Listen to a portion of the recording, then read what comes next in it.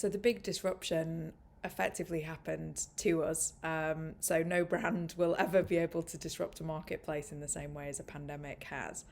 So in terms of what have the SEVA group done that has been disruptive, I think the first port of call for us was to disrupt. We're a very experienced team, each with large number of years experience, was to disrupt what do we really know for sure now about this environment, because so many things had changed that we had previously taken for granted and made decisions quickly on this kind of old knowledge.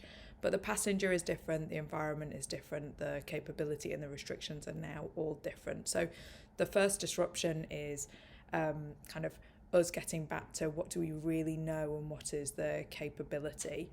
And then having a plan that responds and reevaluates based on that pretty regularly. So the passenger of the first quarter or the first half of COVID period was primarily in our region a repatriation passenger. We then see some leisure travel. We now are kind of seeing a little bit of a mix and some business creeping back in there. So understanding kind of that real basic who is there and what is the environment, and how do you make appropriate choices on how you can best make the journey better for those guys and support the retailers that are really looking for collaboration. So actually the big disruption in the marketplace for us has been a disruption in kind of supplier and retailer relationships. We have all found ourselves in the midst of this very big life-changing experience. Nobody had the answers and we've had to work together. So we're finding collaboration is at an all-time high. So that has definitely been a very positive disruption into the travel retail sector, and we find our relationships are probably some of the strongest that they have ever been.